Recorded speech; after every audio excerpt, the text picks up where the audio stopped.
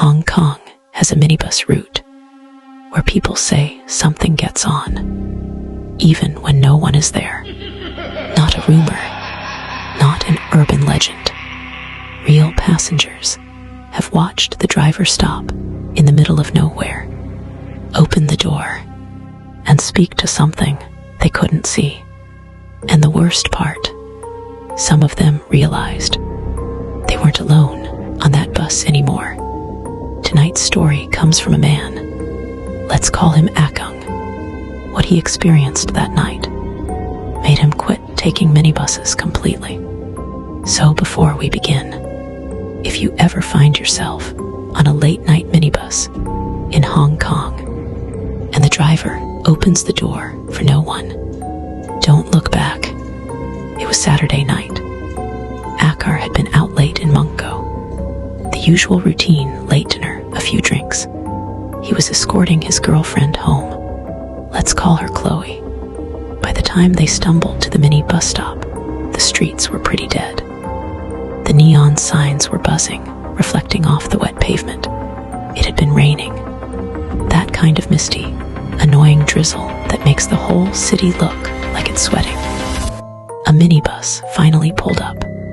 It was one of those red-topped ones. Ah-Kurn and Chloe climbed on. Now, usually these vans were packed, but tonight it was pretty empty, including Ah-Kurn, Chloe, and the driver. There were only 6 people on board. In the very front row, right behind the driver, sat an old man. You know, the type, wearing a windbreaker jacket over a faded polo shirt, clutching a plastic welcome supermarket bag, staring straight ahead like a statue. In the row behind him sat a young couple. They were asleep, heads knocking together with the rhythm of the engine. Ah-Kurn and KH load up their octopus card for payment and moved to the back of the bus. They took one of the double seats by 3 rows behind others. That meant the entire back half of the bus, the rows behind them, were completely empty. Just rows of worn vinyl seats staring at their backs. The driver slammed the door shut in the usual aggressive manner before they were even seated. Wham! That heavy mechanical sound that seals you in. He punched the gas, and they were off. As they left the city lights behind, the route took them onto a long, winding stretch of road. This was near Tai Po Road, not too far from Bride's Pool. The street lights out there are sparse. Those sickly yellow sodium lights that space out every few hundred meters. For long seconds, the inside of the pan would be dark, then flash, a burst of yellow light, then darkness again. A current was dozing off, listening to the hum of the engine, and then the van slowed down. It wasn't a sudden stop. It was a smooth, deliberate pullover to the shoulder. The gravel crunched under the tires. The bus came to a halt in the middle of nowhere. Ah-Kurn opened his eyes. He looked out the window. Nothing but trees and thick overgrown brush. No houses, just the bus stop at a dark mountain road.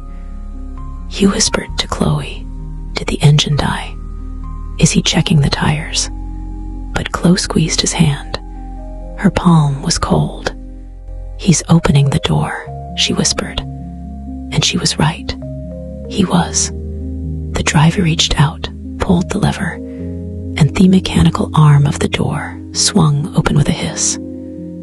The humid night air rushed in, smelling of wet earth and ozone.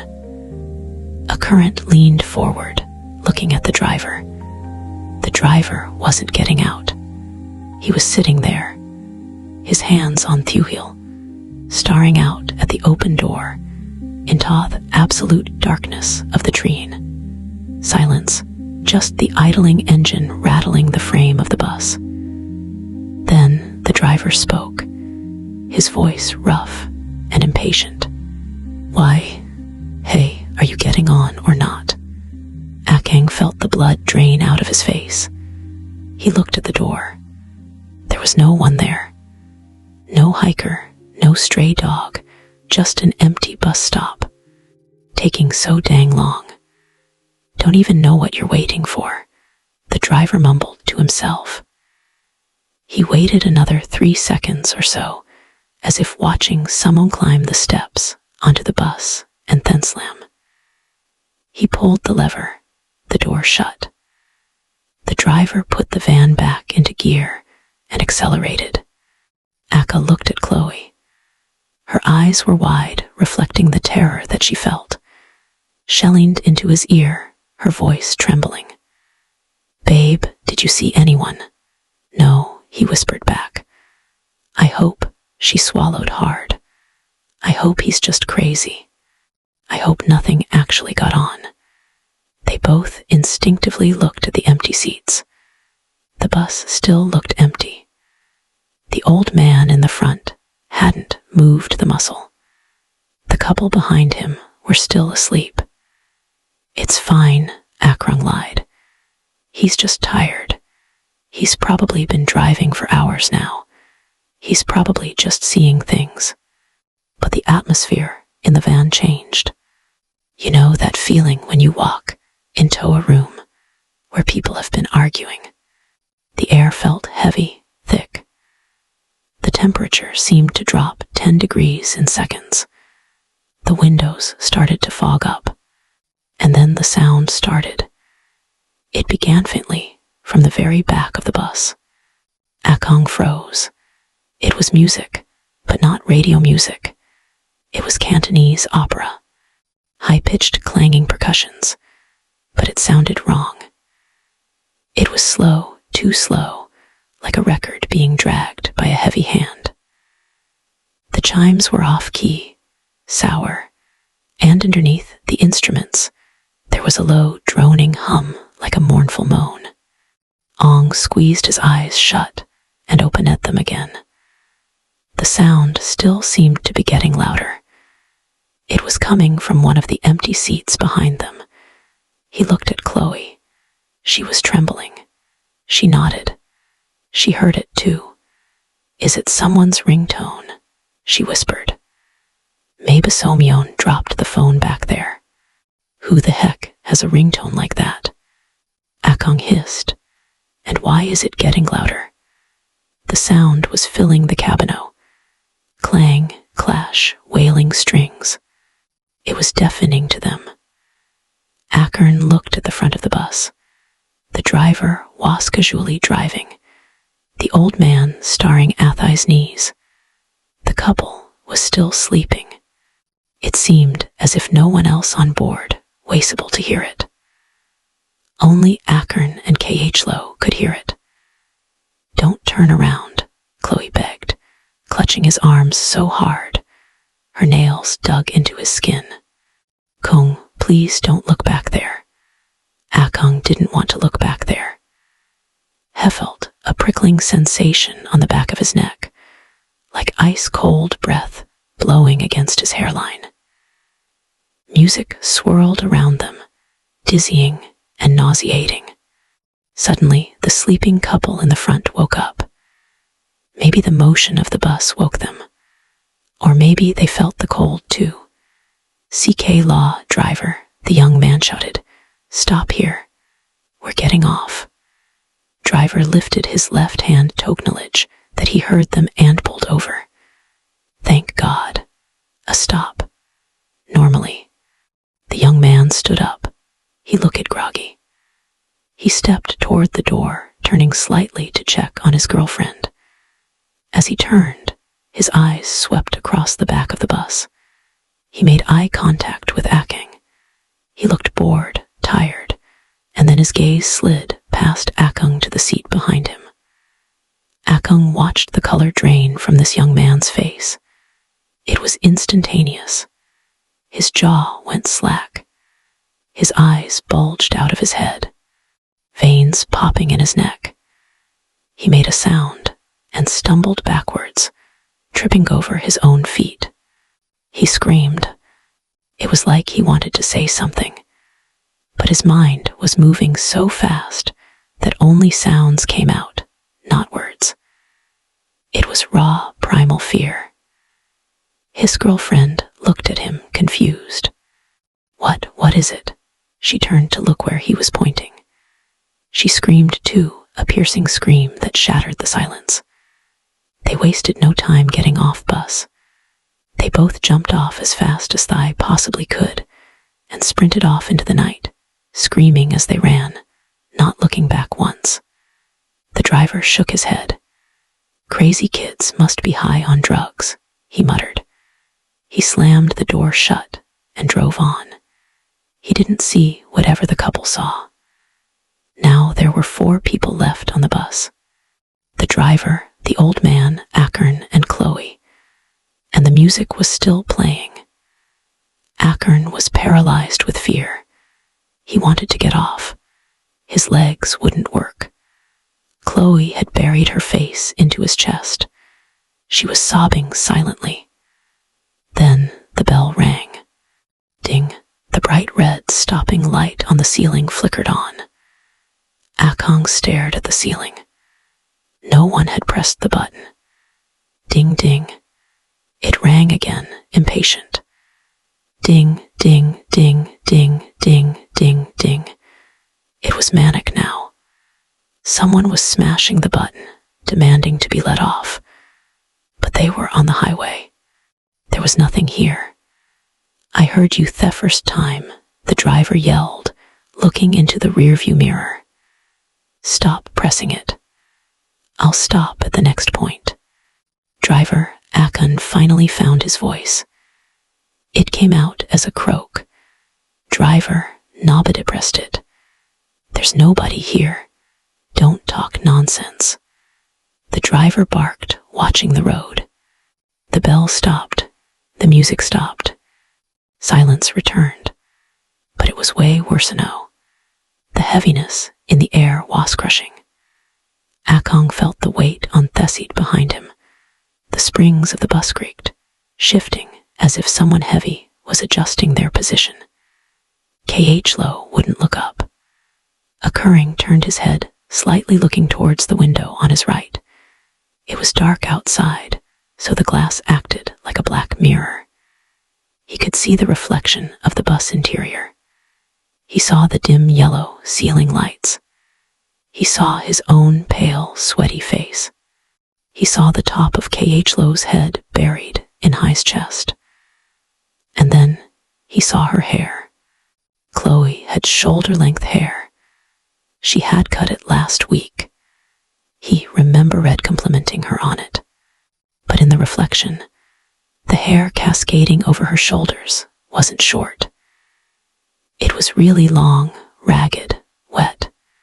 It draped down over her back, pulling onto the seat. It wasn't Chloe's hair. Ah-Kurn's eyes traveled up the reflection. The long black hair was coming from above Chloe's head. There was a woman. In the reflection, a woman in rotting gray robes was sitting on the top of the seat back, hunched over like a gargoyle. Her limbs were twisted, draped over Chloe's shoulders. Her face, pale, bloated, grayish-green, was pressed right on top of Chloe's head. She looked like she was hugging Chloe or merging with her. And in that reflection, the woman's eyes were open. Dark, hollow pits, and they were looking straight at Ah-Kurn through the reflection. He couldn't breathe. He couldn't scream. He stared at the reflection, and the thing in the glass smiled, a slow widening of the mouth. "Don't look." The voice came from the front. It was the old man. Ah-Kurn snapped his eyes forward. The old man hadn't turned around. He was still staring at his plastic bag, but he spoke clearly, calmly. "Young man, don't look at it. Don't speak to it. Don't let it know that you know." Ah-Kurn squeezed his eyes shut. He gripped Chloe so hard it must have hurt. He started reciting every prayer he knew in his head. "Money bunny home. Money bunny home." "Driver," the old man shouted. "Please stop now." The driver slammed on the brakes. "What is wrong with you people tonight?" Theodore hissed open. The old man stood up. "Young man," he said to Ah-Kurn, not making eye contact. "Get off now." Ah-Kurn didn't hesitate. He grabbed Chloe and dragged her out. She was dead weight, her legs jelly. But he pulled her down the aisle, past the empty seats, past the old man. They tumbled out of the minibus onto the pavement, gasping for air. The humidity of the Hong Kong night felt like a blessing. The old man stepped off less. He turned to the driver. "Sifu," the old man said, his voice grave. "Drive straight back to headquarters. Do not look in your mirror. Do not stop for anyone else tonight. Go." The driver, sensing the genuine fear in the old man's voice, didn't argue. He slammed the door shut, and the minibus peeled away, tires screeching, disappearing around the bend. Ah-Kurn, Chloe, and the old man were left standing under a flickering street lamp on the side of the road. Ah-Kurn was shaking. He looked at the old man. "Uncle, what? What was that?" The old man lit a cigarette, his hands trembling slightly. "I saw her get on," the old man said, smoke drifting into the dark. "When the driver opened the door at the woods, she walked right in. She was loud, singing that opera." "Why didn't you say anything?" Chloe sobbed.